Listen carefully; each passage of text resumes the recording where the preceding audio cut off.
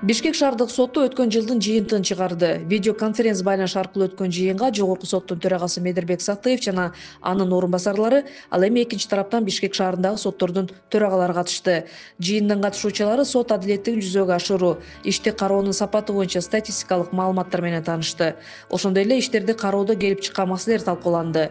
Бишкек шаарынын райондук сотторунун судьялары тарабынан кетирилип жаткан мүчүлүштүктөр, Бишкек шаардык сотуна даттанылган иштердин жокко чыгарылышы жана өзгөртүлгөн көрсөткүчтөр боюнча иштерди кароодо кетирилген кемчиликтер дагы айтылды.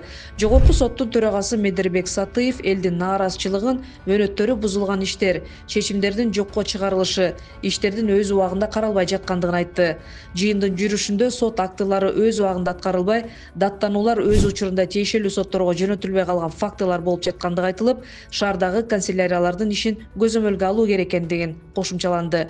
Жарандык иштерди кароодо Бишкек шаарындагы соттордун жетишкендиктери дагы айтылды. Райондук соттордун соттук актыларынын туруктуулугу боюнча 1-май райондук сотунун судьясы Жаныбек кызы Венера 87,23% түзгөн.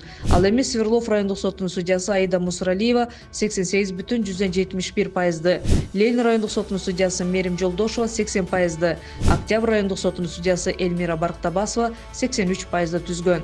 Бишкек шаардык сотунун төрагасы Талайбек Абыкеев процесстик мөөнөттөрдү сактоо соттордун эң маанилүү милдеттеринин бири экендигин белгиледи. Ошондой эле судьялардын көңүлүн алардын квалификациясын тынымсыз жогорулатууга бурду. Анткени сот адилеттигинин натыйжалуулугу көбүнчө судьялардан, алардын кесиптик даярдыгынан жана соттук практиканын бирдей колдонулушунан көз каранды.